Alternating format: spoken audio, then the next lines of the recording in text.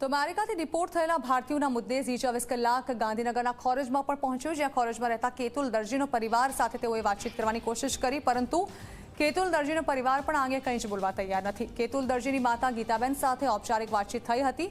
તેમનું કહેવું છે કે દીકરો 1 માસ પહેલા ફરવા જવાનું કહીને નીકળ્યો હતો। પોતાનો દીકરો હેમખેમ પરત ફરે તેવી આશા તેઓ સેવી રહ્યા છે।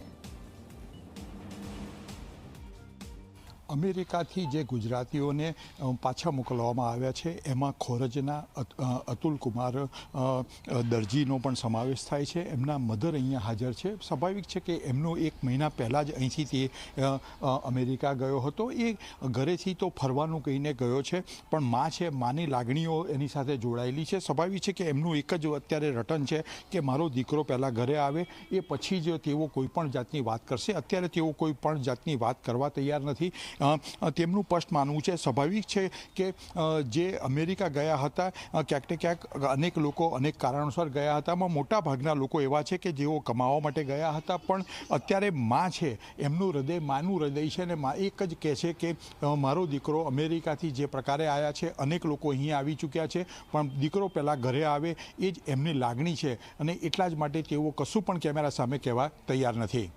કેમેરામેન રમેશ ટુડિયા સાથે હિતલ પારેખ, જી।